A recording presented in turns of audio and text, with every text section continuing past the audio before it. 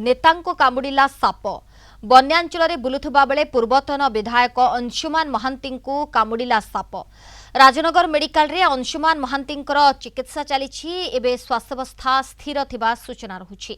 Medical रे तांको observation रे रखा जे चिकित्सा करा जाउछि।